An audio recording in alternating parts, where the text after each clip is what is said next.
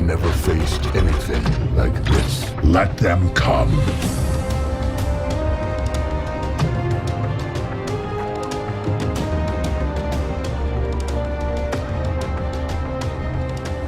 Welcome back, Autobots, Decepticons, Maximals, and Terracons to Theorymus, the ultimate Transformers YouTube channel that covers everything related to the Transformers movies. And if you clicked on this video, you likely already know that it finally happened. After almost 4 years of waiting, we finally got another Transformers movie trailer. This is something us fans have been waiting such a long time for, and man, it didn't disappoint. If you haven't seen this awesome trailer yet, or if you just want to watch it again, feel free to click the iCard above. But for those of you who are still here, allow me to break down this awesome trailer and shed some light on all the little Easter eggs and details you might have missed when watching. So sit back, relax, and grab your favorite snack since this one's going to be a long one. The trailer opens up with a guy stepping out of a Porsche 911 as it transforms into a robot. The guy we see is Noah, played by Anthony Ramos. All we know about him so far is that he's ex-military, good with electronics, a father figure for his brother, and is just trying to get by in life. The robot, on the other hand, is the heroic Autobot Mirage, who will be voiced by Pete Davidson. Mirage is well known for having the ability to create illusions, which typically either render him invisible or make him appear somewhere he isn't. This is something that we will see play out later in the trailer. Mirage's design is heavily based off of his G1 counterpart from the Transformers 1984 cartoon, instead of his 2011 incarnation from Transformers Dark of the Moon, which turned into a Ferrari 458 Italia. In the majority of Transformers media, Mirage would typically transform into a Formula 1 race car, and in the cartoon he was a Ligier JS11. However, for the Rise of the Beast film, he's clearly a Porsche 911, which is a vehicle he has never been before. This reimagining of vehicle mode was likely done since Formula 1s are far from street legal, and thus in a real-world setting, this would draw a lot of attention to Mirage in addition to going against the whole robots in disguise aspect of Transformers. Though not confirmed, this is the likely reason why he was reimagined to have a Porsche alternate mode, and it also could be an Easter egg to Jazz's alternate mode from the Transformers 1984 cartoon, which was a Martini Porsche 935 Turbo. Now moving on from Mirage lore, let's assess the background where our heroes are at.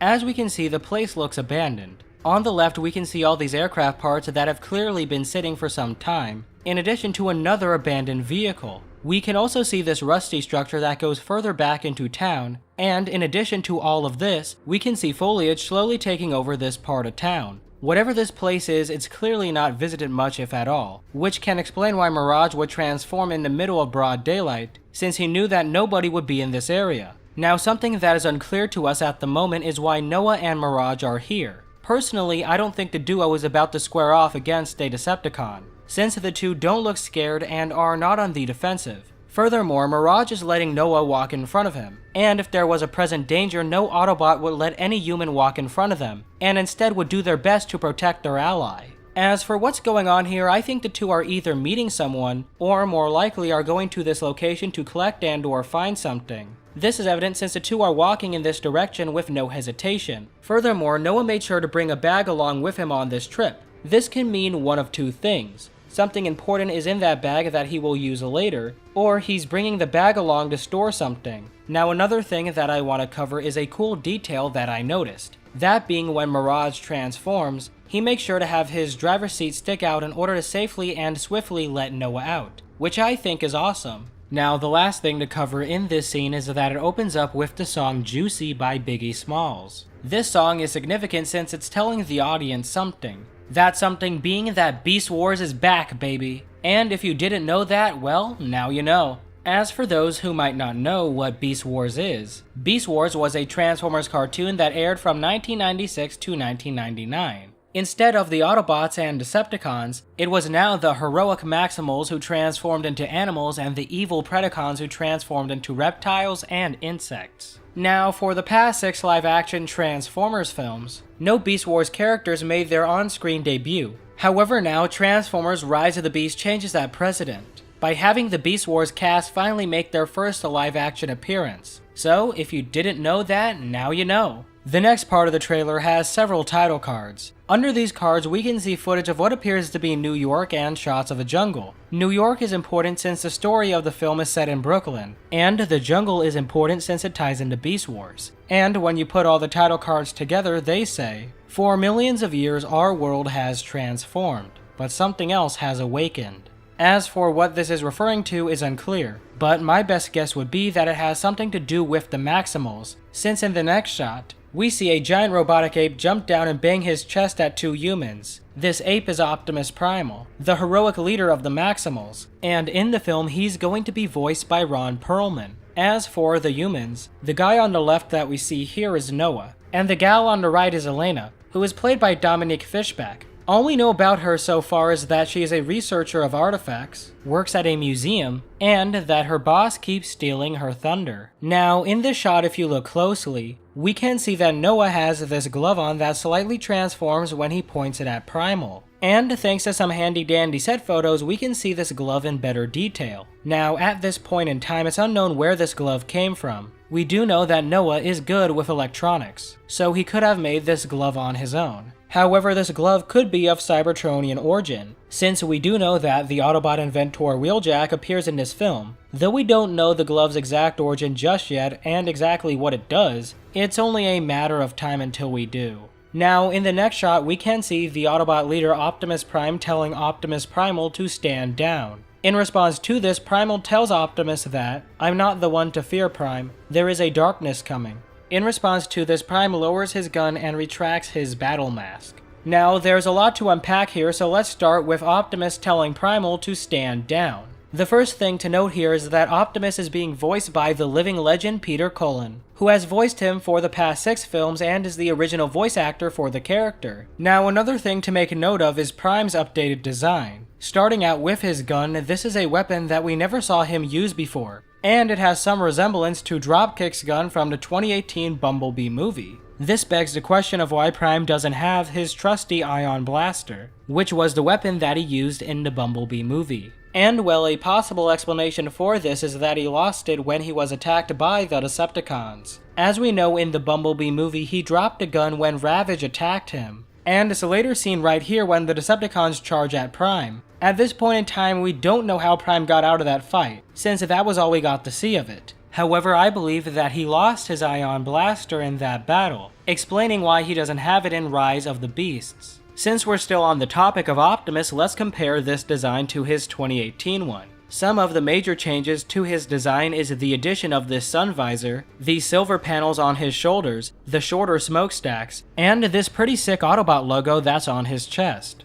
which all come from his new Freightliner cab over vehicle mode. And interestingly enough, the Autobot hood ornament appears to be the exact same one that Bay vs. Optimus had. And as we can see, these ornaments end up on the chests of their respective primes, which is just awesome and is a nice callback to the original trilogy Bay vs. Optimus design. Some other changes are these parts on the shoulders being more sunken in, his thighs having an updated design, the Autobot logos on his shoulders being bigger, the arrows on his arms being redesigned, the addition of this textured piece on his belt buckle, and making his crotch, hands, and a majority of his stomach gray. However, most importantly, he now has a mouth, which is something we didn't get to see in the 2018 Bumblebee movie, and upon closer inspection, it clearly has taken direct inspiration from Optimus Prime's face from the Michael Bay trilogy. They are actually almost 100% identical, albeit with a few changes here and there. But as a Transformers fan who grew up with Michael Bay's original trilogy, I'm so glad to see this face design make a comeback. Since we're on the topic of designs, let's discuss Primal's. And man, does his look pretty cool. Something you might have all noticed is that Primal looks all beaten up. This causes his robotic underframe to be exposed due to all the missing fur. This design choice is intentional since according to the filmmakers, in this universe the Maximals have been on Earth for a very long time, and the rust and missing parts are supposed to visually illustrate that detail. And all the Maximals in the film will have this same element applied to them, in addition to all of them having green eyes to help the audience know that they are the Maximals. Now, the last thing about Primal's design that I want to discuss is the logo on his chest. This is the Maximal logo, and it actually got a slight update for this film in order to make it look more modern. So with Primal's design squared off, I now want to circle back and speculate on what Primal meant when he said, "I'm not the one to fear, Prime, there's a darkness coming." Now personally, I believe that this darkness Primal speaks of is the Terracons, since they are the main antagonists of the movie. However, I also think he's referring to Unicron, the biggest and baddest Transformer to ever exist, since he has been hinted at to be the creator of the Terracons. However, only time will tell on this one. Now another thing I want to discuss is the size of the Maximals. In the Beast Wars cartoon, the Autobots were gigantic compared to them. However, now the Maximals are roughly the same height as the Autobots. This was likely done since a size difference of that magnitude would look strange on the silver screen. Hence why the filmmakers opted to have the Maximals, and likely the Predacons as well, the same height as the Autobots and Decepticons. Now the last and final thing that I want to break down in this segment is why our heroes are in the jungle. And well, there could be a multitude of reasons for this. However, I believe that the Autobots need help from the Maximals in order to stop the Terracons, and so travel to the jungle in order to get their help. Primal, not expecting any guests, naturally defends his territory and his team, until realizing that Optimus Prime is with the humans, and thus stands down to talk with him. However, those are just my thoughts. What do you guys think? Now, with this section squared off, let's move on to the next part of the trailer. And here we see the Brooklyn Bridge and later Optimus crossing it. However, in the first shot, we can see this lightning in the air that seems to directly make the lights on the Brooklyn Bridge flicker. And on the bridge, we can see 3 cop cars driving in one direction with their lights on, in addition to an ambulance driving in the other direction with its lights on. As for Optimus, it's unclear what direction he is going. However, it looks like he's going the same direction that those officers went. Moving on from this shot, we get something more interesting. That being our first look at the heroic Autobot scout Bumblebee, and his transformation. Now, if you look very closely at the start of his transformation, you would notice this disco ball hanging off his review mirror. This is an Easter egg to Transformers 2007, since in that film Bumblebee had a disco ball hanging off his review mirror, in addition to an air freshener that said Biatch. And though we don't get to see the air freshener in the trailer, we do know that he will have it thanks to this handy dandy set photo. Only time will tell if he will have the lion plush as well. Another thing about Bumblebee to bring up here is that he still has his 1976 Camaro alternate mode, which he obtained at the end of the Bumblebee movie. However, his robot design has gotten a makeover. If we compare this design to his 2018 one, we can see that his chest has been redesigned and looks a lot closer to his Transformers 2007 incarnation. His arms and shoulders have also received an update as well, adding a bit more bulk to his design. His head has also received a bit of an update, replacing the silver parts with yellow pieces and getting rid of the silver trim on the head.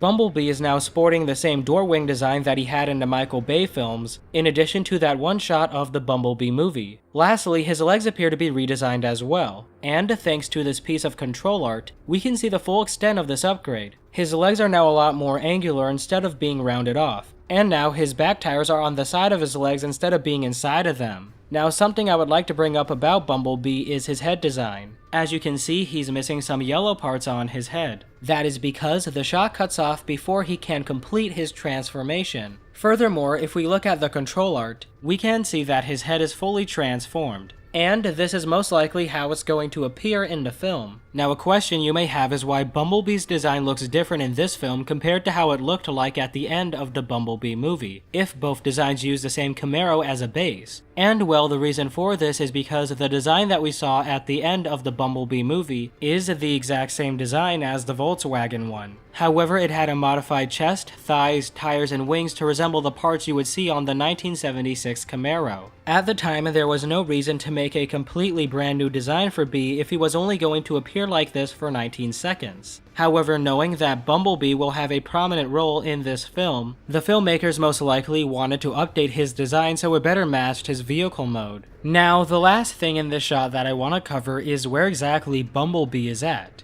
And well, he appears to be in some warehouse evident by the ceiling. It also appears to be abandoned due to the graffiti on the walls. As for why Bumblebee is here, I think this place is the Autobots' safe house. I believe this since Bumblebee is choosing to transform in this place during the daytime, evident by the light coming out of the windows. As we know, the Autobots wouldn't transform anywhere that could possibly be spotted by humans. And since this place appears to be abandoned, Bumblebee would know that this warehouse would be a safe place to hide out, since he wouldn't be spotted by any humans, despite there being daylight outside. And the idea of this place being the Autobots' safe house will become more prominent later in the trailer. Now, in the next shot of the trailer, we get to see Noah get inside Mirage, and he quickly learns that there's more to this car than meets the eye, later getting into a police chase and narrowly escaping thanks to the car's ability to make holograms of itself. Now, there's a ton to break down here, so let's hack this up bit by bit. In the first part, we can see this beautiful shot of Mirage, followed up by Noah getting inside and grabbing the steering wheel. This steering wheel shot is an Easter egg to Transformers 2007, where Sam got into Bumblebee for the first time and saw the Autobot logo. Moving on from this Easter egg, a question this segment of the trailer made fans wonder is if the Porsche 911 is Noah's car. And well, we don't see any evidence of a forced entry, and everything we know about Noah so far doesn't paint him as a carjacker. So until we get more footage, I think the Porsche is his car. However, this now sparks a couple more questions, such as how he got the car in the first place, and if he knows it's a Transformer. The former is unclear at this time until we get more footage, however the latter appears to be explainable since we see Noah screaming throughout the trailer when the car drives itself, which leads me to believe that he doesn't know it's Mirage. Now, another question this segment brings up is where exactly Mirage is taking Noah, and well, at this time it's unclear. However, since Noah is teaming up with the Autobots, going into the jungle with Optimus Prime, and meeting Optimus Primal face to face, this means that Noah has to have some huge significance in the plot.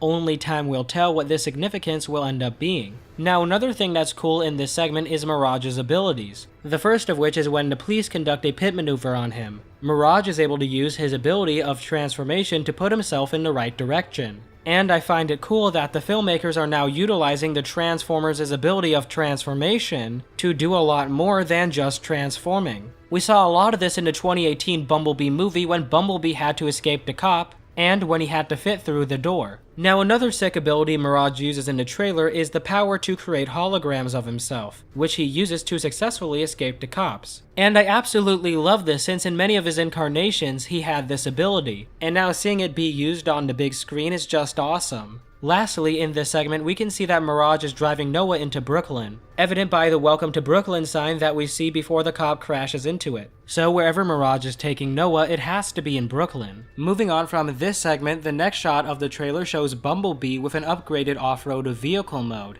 As for how he got this upgrade is unknown at this time, but it's rumored that he will acquire it later on in the film. Another thing in the shot that we see is a cheetah robot running alongside Bee. This cheetah is the heroic Maximal Cheetor, and his design is pretty faithful to his Beast Wars counterpart. And, just like Primal, we can see that he is missing the majority of his fur, exposing his robotic underframe. And just like all the other Maximals, he has green eyes. Unfortunately, his voice actor hasn't been revealed to us at this time. Now, as for where these two are heading is unclear. However, it looks like this area will be where the final battle will take place, but I'll dive into this later on in the breakdown. Now, the last thing in this shot to make note of is that this scene has been digitally altered to make Bumblebee and Cheetor run to the right. In reality, they should be running to the left. How do I know this? Well, in this shot we can see Bumblebee's steering wheel is on the right hand side of the car. However, if we look at the set photos, we can see that the steering wheel is actually on the left hand side.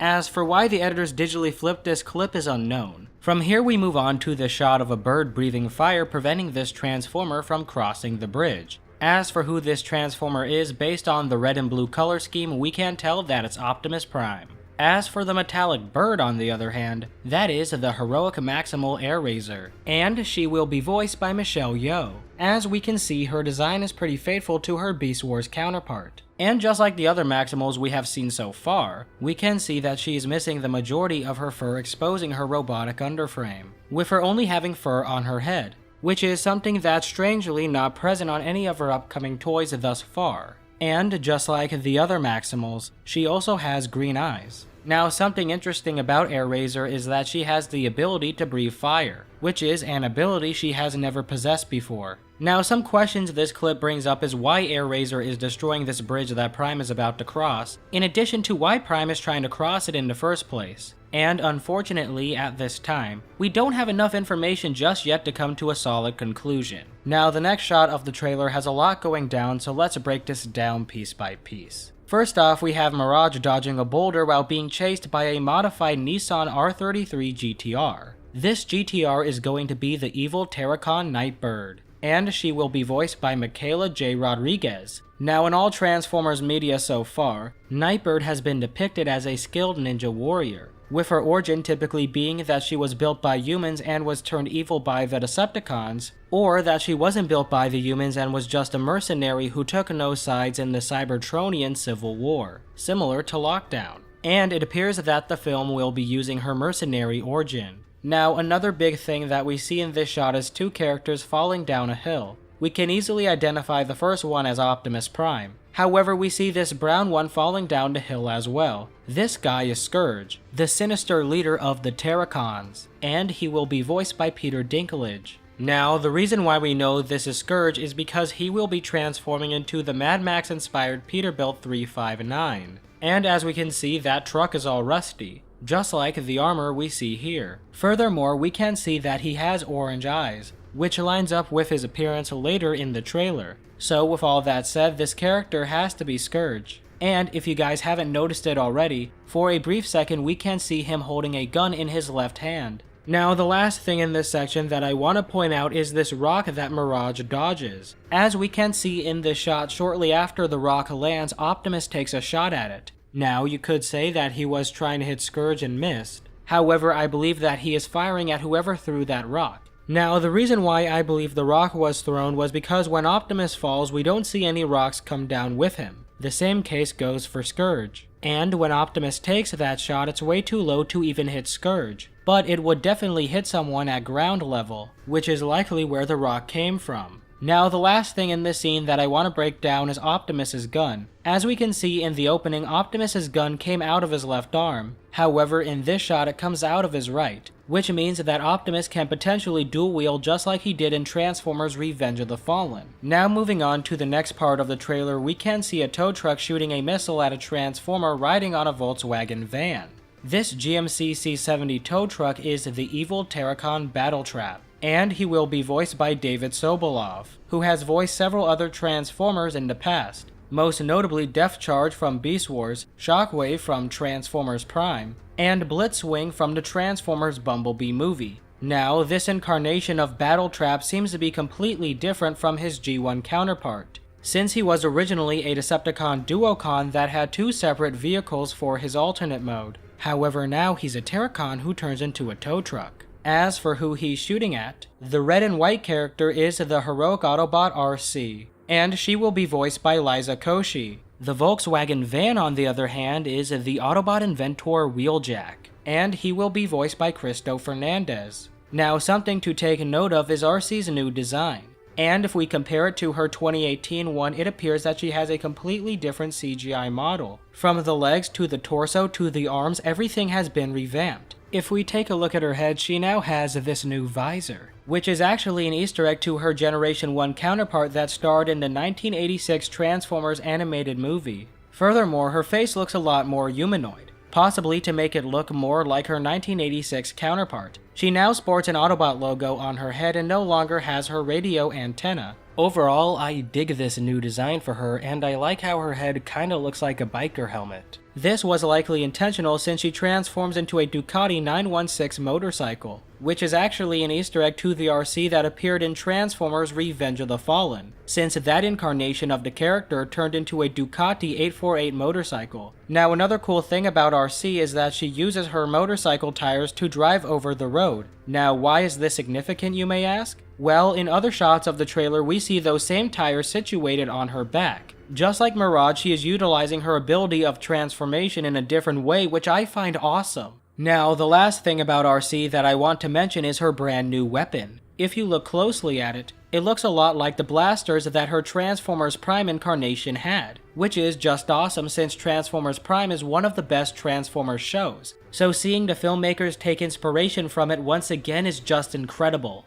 And this isn't the last Transformers Prime inspired weapon that we will see. Now, the last and final thing that I want to mention in this segment is what happens to Battletrap's missile. And well, we see it fly past RC's face and into Wheeljack. However, it blows up behind them, so how is this possible? Well, in this shot, when we see the missile come in, the left-hand sliding door of the van is closed. However, once we see the missile explode, it is open, since we can see the mountain through Wheeljack's windshield. And little details like this are just awesome, since the Transformers are using everyday elements of their vehicles to engage enemies and block attacks, which I just adore. Now moving on from this shot, we get a clip of Primal that seems to be a continuation shot of when he first encountered Optimus, since we can see the same jungle he was standing in front of when we first saw him right here. And in this clip he says, "Of all the threats from both your past and future, you've never faced anything like this." Now, what could this possibly mean? Well, I think Primal is talking about the Terracons and Unicron, since as we know, they're going to be the big bads of the movie. However, what makes this statement more interesting is when Primal says from both your past and future.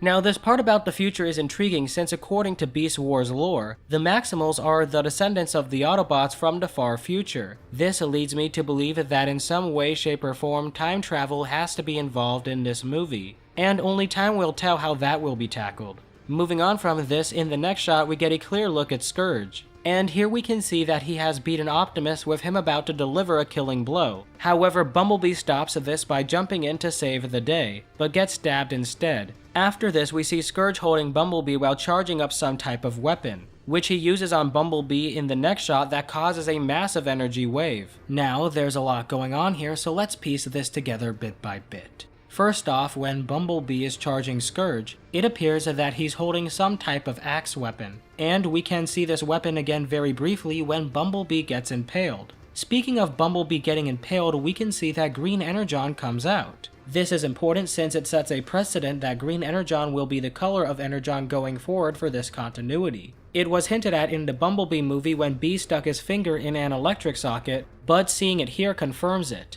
Another thing in this shot that's important to take note of is that Scourge knew that Bumblebee was going to attack him, since he starts to turn around a split second before Bumblebee jumps in the air. And since we're on the topic of Scourge, let's talk about his awesome design, which takes liberties from his three major incarnations while having some new elements as well. First off, his blade weapon was surely inspired by his Cybertron counterpart, since they both have this spiky element to it. Second, his chin design appears to take inspiration from his Generation 1 counterpart, since they both have a delightful goatee. And third, his vehicle mode was likely inspired by his Robots in Disguise 2001 design, which turned into a Western Star truck. However, it also could have been inspired by Megatron's vehicle mode in Dark of the Moon, since it was also a rusty Mad Max inspired truck. Another thing about Scourge in this movie is that he's now a Terracon, while in the majority of his incarnations he was depicted as a Decepticon. This can explain why his head looks like the Terracon symbol. Furthermore, I believe that the designers took inspiration from Tarn's design from the IDW comics when making Scourge, since he wears the Decepticon symbol as a mask,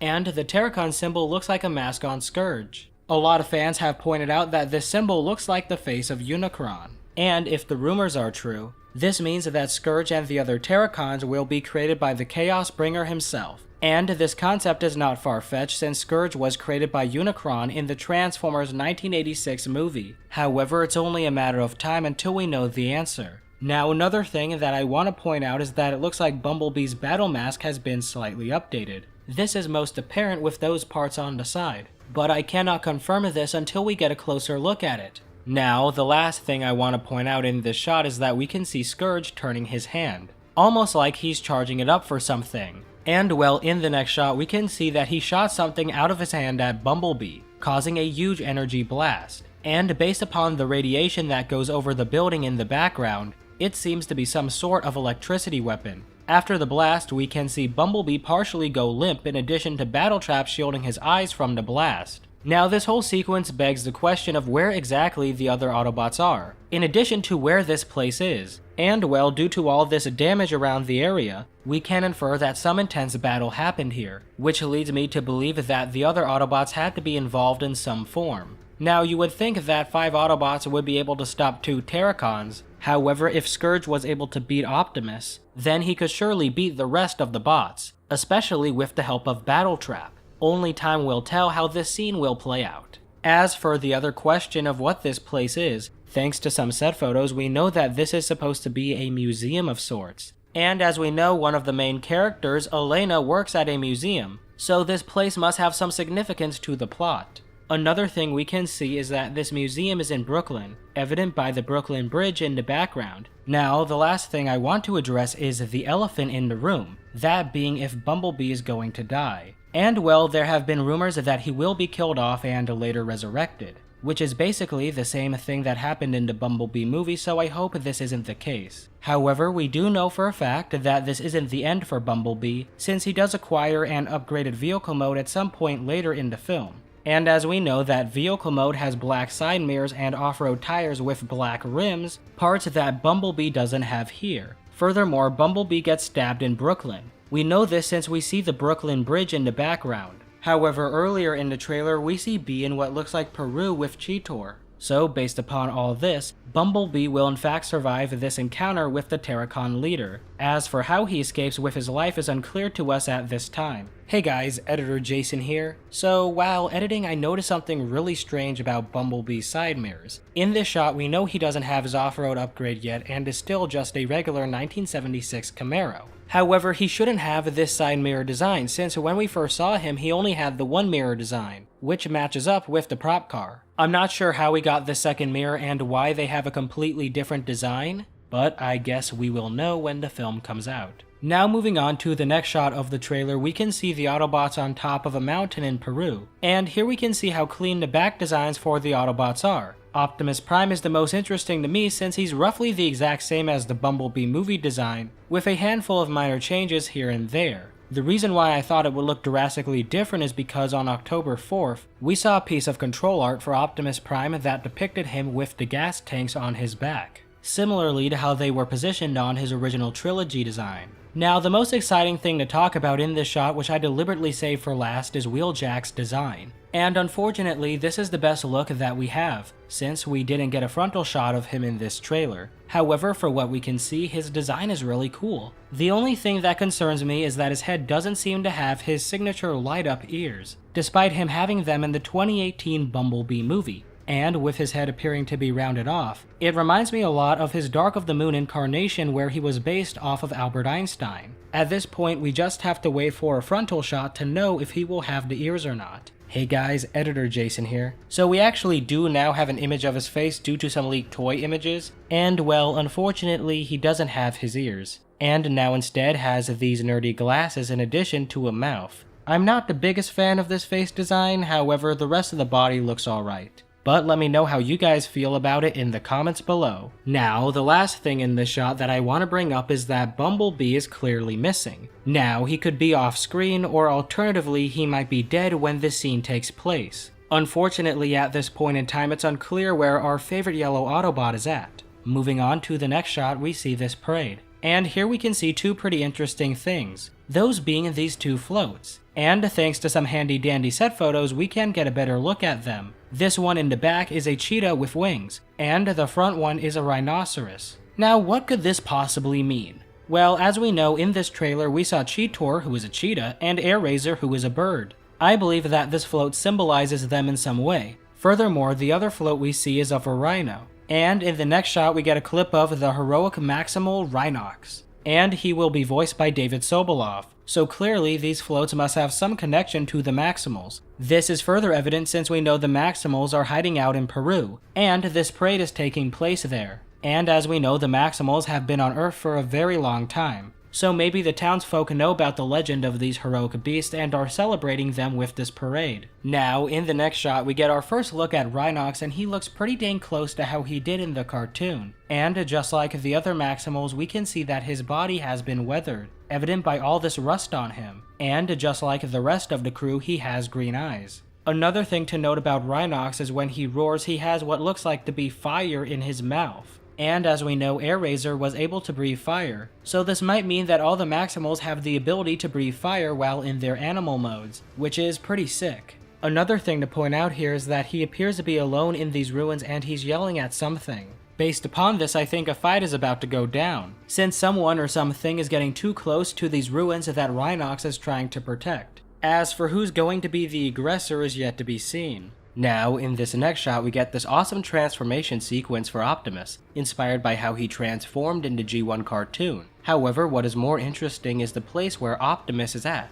And as we can see, it looks like an abandoned warehouse, due to the graffiti on the walls in addition to these wooden planks, these barrels, and all the rust on these beams. As for what place this is, I think it's the Autobots' safe house, since when we saw Bumblebee transform, we saw graffiti on the interior that has a similar style to the graffiti seen on the exterior. Furthermore, we can see barrels and planks on both the interior and exterior of this place. And lastly, both places have similar uneven window designs. The interior has a pane that appears to be segmented 5 times going up, and another pane segmented 4 times going up, while the exterior has a pane segmented 4 times going up and a pane that's segmented 6 times going up. Another reason why I think this is the Autobots' safe house is because, like I said with Bumblebee, Optimus Prime is choosing to transform at this place. This would mean that he would have to be certain that he couldn't be possibly spotted by any humans. And since we have seen 2 Autobots transform in this area, this makes me believe that this warehouse will be the Autobots' safe house. Now, in the next shot of the trailer, we can see these 3 meteors crash landing on Earth. These aren't meteors at all, but actually the pods that Transformers use to travel the galaxy. And we saw them being used at the beginning of the 2018 Bumblebee movie, when the Autobots needed to escape Cybertron, and at the end of the movie when we saw the Autobots land on Earth.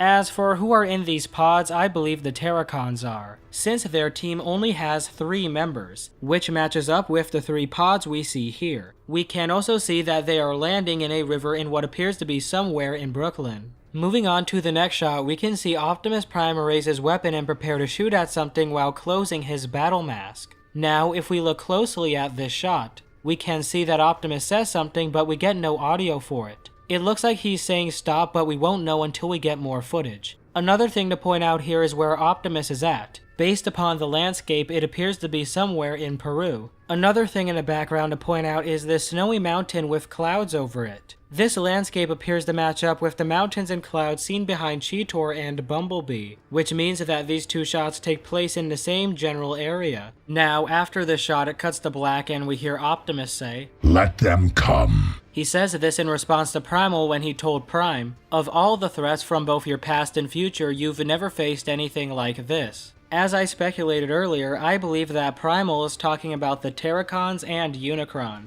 Optimus is just responding to him, basically saying that they will take them all head on. And this becomes more apparent since in the next shot, we can see the Autobots and the Maximals fighting the Terracons in an epic final showdown. Now, there's a lot of stuff going down in this final battle, so allow me to break this down piece by piece for you guys. The final battle shot opens up with Battletrap shooting at the Autobots and Maximals, and based upon this short segment, we can see that Battletrap is going to be very tough, since he tanks a direct shot to both his knees and chest and keeps on fighting. We can also see that his primary weapon appears to be this blaster. However, thanks to some toy renders, we also know that he will use a mace-like weapon as well. Another thing to point out is this flying purple and black Transformer. This is actually Nightbird, and unfortunately we really don't get a good shot of her. However, interestingly enough, none of her previous incarnations were able to fly, making this incarnation the first. So I guess you could say that they're really putting the bird in Nightbird. Hey guys, Editor Jason here once again. And thanks to some leaked toy images, we now have a better look at what Nightbird will look like. And I absolutely love how she has this ninja aesthetic to her. And thankfully, her head design is pretty faithful to her G1 counterpart. Overall, this design is awesome and I cannot wait to see it on the big screen. Now, the last thing that I want to point out in this shot are all these metal creatures that are seen all throughout the final battle. They appear to be very brittle since we see some get killed in one shot. Unfortunately, we don't get a clear look at what these things are, but I believe that these guys are the Terracon army, since the Terracon leaders are charging them into battle. As for why we don't see them anywhere else in the trailer, I believe that is because they came from this ship, and we can see it in the background throughout the final battle. And this thing is absolutely massive and could easily carry all the Terracon troops. Now, something I want to point out is that the Terracon horde that we see are very reminiscent of the Terracons that appeared in Transformers Prime. However, in that show, the Terracons were just dead Transformers infused with Dark Energon. Basically, they were just zombies. So it will be interesting to see how these guys will play out in the film. Now, in this shot of the final battle, we can see Wheeljack, Primal, Optimus, and Cheetor. And something interesting about Cheetor is that he has these dagger weapons in his hands, which appears to be a brand new weapon for this incarnation of the character. And since we're on the topic of weapons, if we take a look at Optimus, he has arm blades just like his Bayverse incarnation. However, the Bayverse design for the blades has been mixed in with the Transformers Prime design for the blades to get this awesome hybrid look. As you can see, it has the blue lights and silver body that the Transformers Prime Optimus had, while having the orange Energon tips that the Bayverse Optimus had. And being a fan of both incarnations of the character, this is just awesome. Now, another thing to point out in this shot is that we can see Nightbird, evident by these purple thrusters flying towards the Terracon horde. And we can see Battletrap smack in the middle leading the charge. Moving on to the next shot, we get an epic transformation sequence for Optimus Primal, and his robot mode looks awesome, appearing to be a mix between his Beast Wars and Transmetal design. We can also see that he has a faint shade of blue on his head, which is a nod to his Beast Wars design. Another thing that is cool about Primal is his iconic swords, and they have the same design as the ones that he had from the Beast Wars cartoon, albeit now with a more movie-fied look. He also is able to combine them into one giant staff. Now, this is an Easter egg to his original toy, since if you placed both ends of the sword into one of his hands, you can make a staff. And to my knowledge, Primal never used this in the show, so it's cool that the designers put this in as an Easter egg for fans. Now, another interesting Easter egg is the chain that connects the two swords. Now, this is something Primal never had before. However, the original toy had a flail weapon, and it seems like the chain from that flail has made it into Primal's sword so he can turn them into nunchucks, which is once again awesome. Moving on from Primal, we can also see Arcee, and now we can see that she has two blasters instead of just the one. This is cool since her Transformers Prime incarnation also had double blasters. And since we're on the topic of blasters, if we take a look at Wheeljack's, we can see that it takes direct inspiration from his Transformers Prime incarnation, which is sick! Now, the last thing in this shot that I want to talk about is the robot mode designs for Cheetor and Rhinox. And for what we can see, they look very faithful to their Beast Wars counterparts. I will need to see a little bit more of them before I make a solid judgment on their designs, but so far I like what I see. Now, in the last shot of the final battle, we can see Nightbird, Battletrap, Prime, Arcee, Wheeljack, Primal, Rhinox, and Cheetor. Something interesting in this shot to take note of is that we see Battletrap take a direct hit from Primal's staff, which goes to show that Battletrap is going to be a true force to be reckoned with. Another thing that we can see in this shot is Arcee fighting Nightbird, which could imply that they are going to be rivals. And as for everyone else, it appears that they're attacking the Terracon horde. Now, a question that comes to mind is where the final battle takes place. And well, we can see that this area is very open with mountains alongside it. Despite the scenery being mostly gray, we do get some patches of grass, which looks very reminiscent of the grass that was behind Optimus in this shot. And since it appears that the Autobots go to Peru to team up with the Maximals, and since the Maximals don't appear to show up anywhere else besides Peru, I believe that the final battle takes place in some remote area of it. Now, the last thing to bring up is where exactly Bumblebee, Mirage, Airazor, and Scourge are at. And there could be a multitude of reasons why they appear to be absent here. However, something we know for certain thanks to some set photos and videos is that Optimus has a showdown with Scourge in a Peruvian town. And it's possible that Optimus might kill him, thus explaining why we don't see Scourge in the final battle, in addition to explaining why Battletrap is leading the charge. However, an alternate theory I have is that Scourge is still alive and he's controlling the Terracon ship, which forces Bumblebee, Mirage, and Airazor to SEAL Team 6 him, thus explaining why those three are not seen in the final battle since they are hunting down Scourge. However, only time will tell where these four characters are at during the final battle. We know for a fact that Bumblebee won't be killed since he's the cash cow of the franchise. As for the other three, it's fair game, and it has been rumored that Airazor dies in this film, which could also explain her absence here. However, as I said earlier, we really won't know where these four are at until we get more footage. Now moving on to the next shot of the trailer, we can see the Rise of the Beast title card. And something interesting to note is that it first shows the Autobot logo, then the Maximal one, and then a Terracon one before changing back to the Autobot logo. This suggests that the Decepticons and Predacons won't have as much as a role as we previously thought. However, it has been confirmed that both of these factions will appear in the movie in some capacity, either as maybe a flashback or a post-credit scene. However, at this time it's impossible to calculate how big of a role they will play. Now, moving on to the second to last shot of the trailer, we can see Elena hiding from RC, telling herself, "This can't be real, this can't be real. Oh, it's real." This appears to be Elena's first encounter with a Transformer, evident by how scared she is. As for how she got into this situation is unknown. However, it appears that she must have somehow spotted RC, forcing RC to introduce herself. This begs the question of why RC would even be in robot mode here in the first place. And well, the background might be able to give us a clue. As we can see, there is this train track with brown and green grass by it, in addition to this rusted structure in the background. And as we know, the opening shot also had this train track that had brown and green grass by it as well. If we compare these two structures, we can see that they have a very similar support beam layout,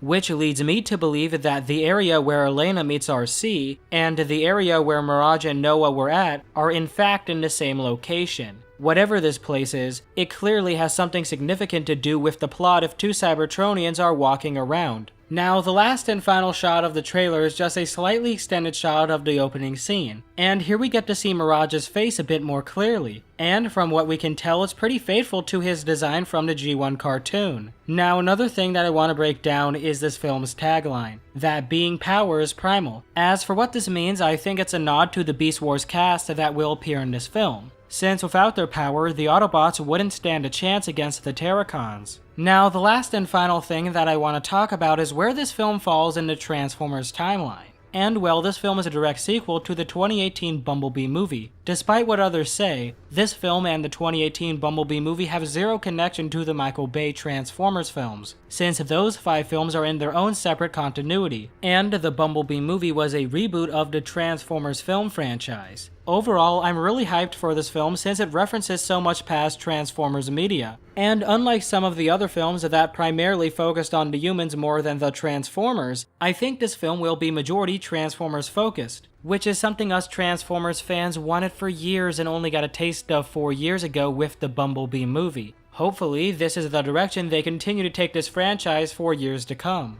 since Paramount and Hasbro are planning to make Rise of the Beast the first film in a brand new trilogy. And with that said, that was the complete breakdown of the Transformers Rise of the Beast trailer. I hope you guys enjoyed this video since it took me a very long time to make. So if you could comment down below saying you made it to the end, that would truly mean a lot. I make Transformers content like this all the time, so if in-depth analysis on Transformers is your jam, then feel free to check out my channel. Now, before I go, I want to say thank you to all my wonderful Patreons and channel members for supporting my channel. You guys are the reason why Theorymus has continued to get bigger and better, so a big fat thank you to all of you. And as always, if you enjoyed the video, please consider giving a like rating or hitting that subscribe button below. And with that said, hit that outro.